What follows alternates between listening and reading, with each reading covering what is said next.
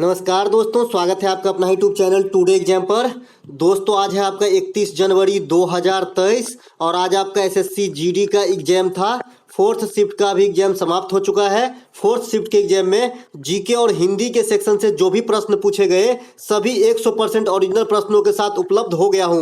दोस्तों जैसा कि आप जानते हैं मैं एक्स्ट्रा फैक्ट के साथ आपको पढ़ाता हूं और मैं सबसे ज़्यादा आज जो क्वेश्चन टकराए हैं ये फोर्थ शिफ्ट में टकराए हैं। जो क्वेश्चन को मैं आपको VVI लगाने के लिए बोलता था लगभग वहां से 6 से 7 क्वेश्चन VVI टिक वाले आ गए हैं। जैसा कि आप मेरा चैनल आज से 4-5 दिन पहले से भी अगर आप फॉलो कर रहे हैं तो खुद ही इस वीडियो में देख लेंगे। तो चलिए दोस्तों शुरू हो जाइए। देखिए कौन कौन सा प्रश्न पूछा गया था। एक प्रश्न पूछा गया था, देवनाम प्रियदर्शी किस मौर्य सम्राट को कहा जाता है? जब जब मौर्य साम्राज्य की बात आई, जब जब आपका जो है गुप्त साम्राज्य की बात आई, मैं ये अशोक का ये नाम जरूर आपको लिया है कि अशोक को जो है देवनाम प्रियदर्शी कहा जाता है, यानी ईश्वर का प्यारा बंदा भी कहा जाता है। ये बात मैं आपको जरूर बताया था। अगर बताया था तो सभी आदमी कमेंट करके छापेंगे कि जी बताए थे। ठीक है, अगला जो है अशोक के बारे में, सांची का स्तूप बनवाया था, कहां पर स्थित है? मध्य प्रदेश में सांची गांव में। और मैंने बताया था सांची गांव को कैसे याद रखेंगे, सांची मिल्क पार्लर जो है मध्य प्रदेश में चलती है। अशोक स्तंभ ये भी अशोक ने ही बनवाया था। ठीक है, दोनों बात ध्यान रखेंगे अशोक के रिगार्ड में। इसके अलावा अशोक के पिताजी का नाम भी बताए थे, क्योंकि अशोक के पिताजी और अजात शत्रु के पिताजी में जो है बच्चे को कंफ्यूजन बना रहता है। तो अशोक के पिताजी का नाम था आपका बिंदुसार, ठीक है, और अजात शत्रु के पिता के नाम थे आपका जो है बिंबिसार। ठीक है, बिंबिसार हर्यक वंश से बिलोंग करते हैं, जबकि बिंदुसार जो है मौर्य वंश से बिलोंग करते हैं। एक प्रश्न पूछा गया था, किस केंद्र शासित प्रदेश में उपराज्यपाल नहीं होते हैं? जब सवेरे में मनोज सिन्हा जी को पूछा गया था जम्मू कश्मीर का उपराज्यपाल, तभी मैं बताया था कि दोस्तों हर राज्य में उपराज्यपाल ही नहीं होती है, कहीं कहीं जो प्रशासक भी होती है। ठीक है, यही क्वेश्चन आपसे पूछा गया है। तो यहाँ पे आप एक्स्ट्रा फैक्ट जो मैं बताता हूँ आपके काफी काम का होता है। अगर आप एग्जाम देना चाहते हैं, पास करना चाहते हैं, तो एक्स्ट्रा फैक्ट को जरूर ध्यान से सुने और जो नया लगे आपके लिए उस पर थोड़ा सा अमल करने की कोशिश करें। मुनाफा का विपरार्थक पूछा गया था, तो मुनाफा का नुकसान, घाटा, हानि जो है मुनाफा का विपरार्थक हो जाएगा। अब देखिए कहाँ कहाँ पे राज्यपाल कहा जाता है, उपराज्यपाल कहा जाता है और कहाँ कहाँ पे प्रशासक कहा जाता है, थोड़ा सा देख लेंगे। अंडमान और निकोबार द्वीप समूह में जो वर्तमान में DK जोशी साहब है, ये लेफ्टिनेंट गवर्नर होते हैं, यानी उपराज्यपाल होते हैं। चंडीगढ़ में BP सिंह बदनौर है, ये तो बनवारी लाल पुरोहित है चंडीगढ़ में, यहाँ पे गलत दिया है, ये यहाँ पे प्रशासक होते हैं। ठीक है, इसके अलावा दादर नगर हवेली में श्री प्रफुल्ल पटेल है, तो दादर नगर हवेली में भी प्रशासक ही कहा जाता है। दिल्ली में जो है लेफ्टिनेंट गवर्नर यानी उपराज्यपाल कहा जाता है। अनिल बैजल साहब बदल गए हैं, अब हो गया आपका विनय जो है सक्सेना, विनय सक्सेना जी। ठीक है, विनय कुमार सक्सेना, तो ध्यान रखेंगे इसको।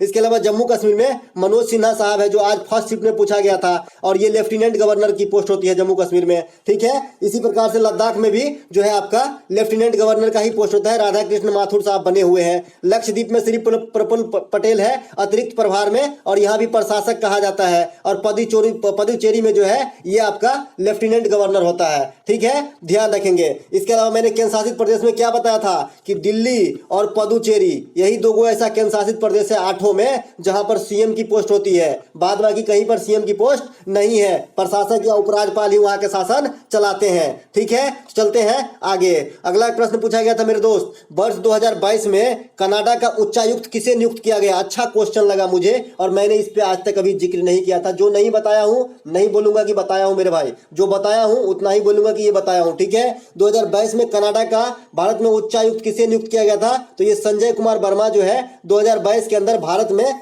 जो कनाडा में भारत का उच्चायुक्त है, थोड़ा ठीक से समझिए, कनाडा में भी भारत का उच्चायुक्त होता है। जो भारतीय आदमी कनाडा में निवास करते हैं, भारत के लिए काम करते हैं, और कुछ जो होते हैं कि कनाडा का आदमी भारत में रह के कनाडा के लिए काम करते हैं, ये है आपका उच्चायुक्त कैमरून मैके। इसके नाम से स्पष्ट है कि ये विदेशी होगा, तो ये कनाडा का उच्चायुक्त है भारत के अंदर। ठीक है, ध्यान रखेंगे। वर्तमान में विदेश सचिव कौन है? विनय मोहन क्वात्रा है, ये हर्षवर्धन श्रृंखला का जगह लिए थे। और विदेश मंत्री कौन है? S जयशंकर है, ये आप तो जानते ही हैं। चलते हैं आगे।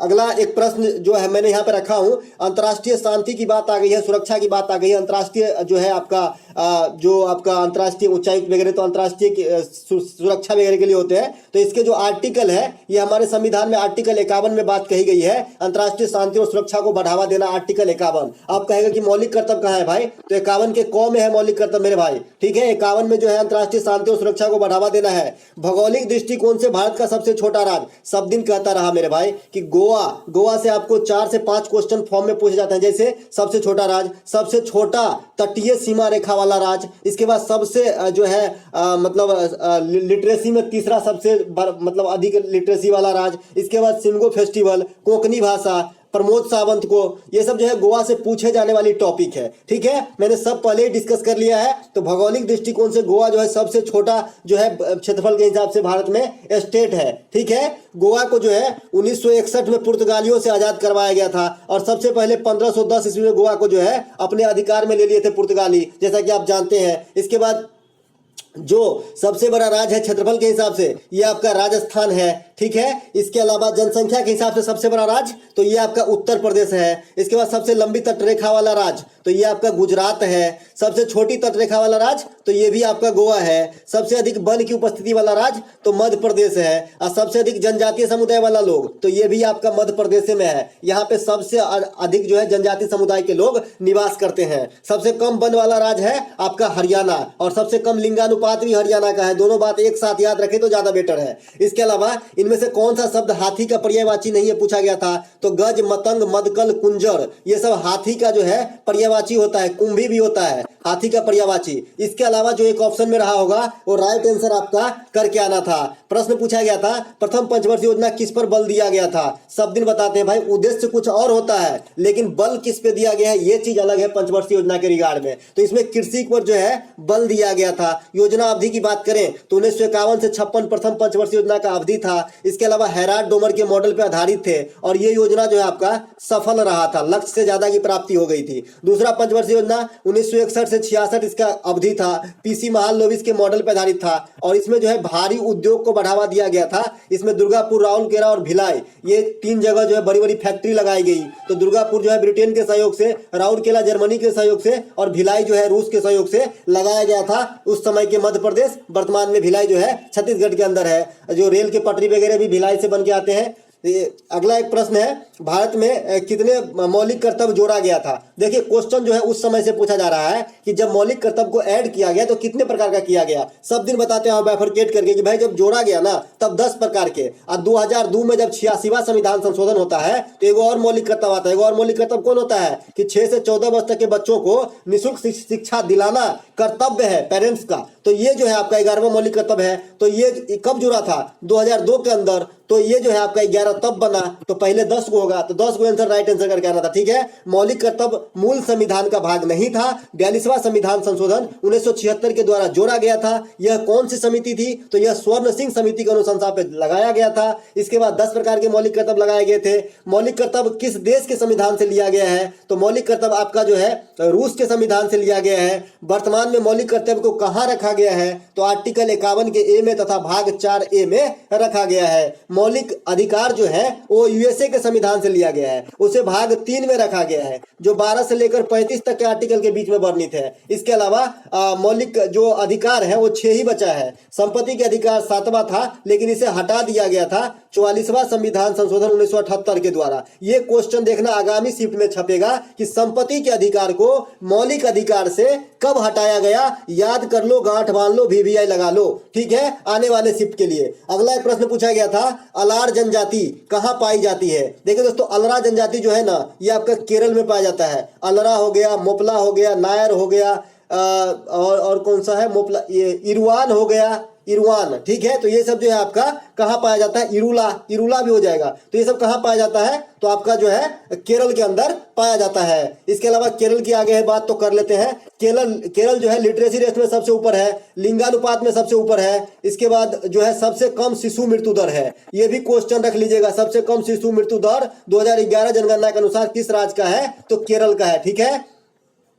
इसके अलावा एक प्रश्न पूछा गया था राधा रेड्डी किस नृत्य से संबंधित है। आज भी दिन में बताया था राधा रेड्डी, राजा रेड्डी ये सब जो है कुचिपुड़ी जो आंध्र प्रदेश के प्रमुख नृत्य है वहां से संबंधित है। राधा रेड्डी, राजा रेड्डी कुचिपुड़ी नृत्य से संबंधित है। कुचिपुड़ी कहाँ का नृत्य है, आंध्र प्रदेश का नृत्य है। टोटल नृत्य कितने हैं शास्त्रीय? तो 8 है। कौन कौन सा है? मोहिनीअट्टम, कथकली, कुचिपुड़ी, इसके बाद भरतनाट्यम, मणिपुरी, ओडिसी, सतरिया, कथक, ये 8 वो नृत्य है। अब इसको मैं ये भी बता दूं कहाँ कहाँ का है। तो आपका देखिए मोहिनीअट्टम जो है ये केरल का है, कथकली केरल का है, कुचिपुड़ी आंध्र प्रदेश का है, भरतनाट्यम तमिलनाडु का है, मणिपुरी मणिपुर का है, ओडिसी ओडिशा का है, सतरिया असम का है और कथक संपूर्ण उत्तर भारत का है। समझ गए? 8 एक सेकंड में याद। चलते हैं आगे।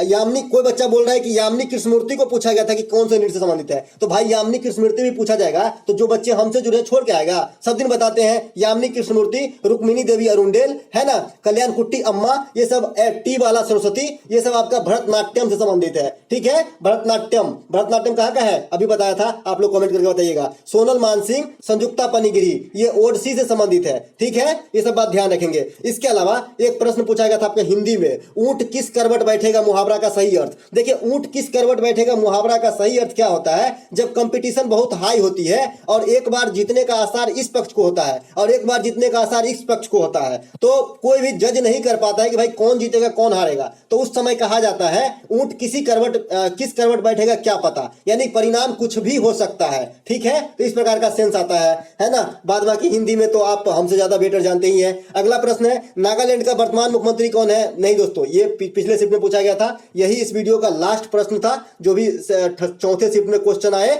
और ये जो है अगले शिफ्ट मतलब पिछले शिफ्ट का क्वेश्चन है, तो मैं इसमें नहीं बताऊंगा क्योंकि मैं पहले वीडियो बना चुका हूं। तो दोस्तों अगर आपको ये एनर्जेटिक वीडियो आपके अंदर भी एनर्जी भर दिया हो तो लाइक कर दीजिएगा। मिलेंगे एक कंबाइंड शिफ्ट वाले वीडियो के साथ, तब तक के लिए जय हिंद। और ये पीडीएफ आपको हमारे टेलीग्राम चैनल पे हर रात 10:30 बजे मिल जाती है।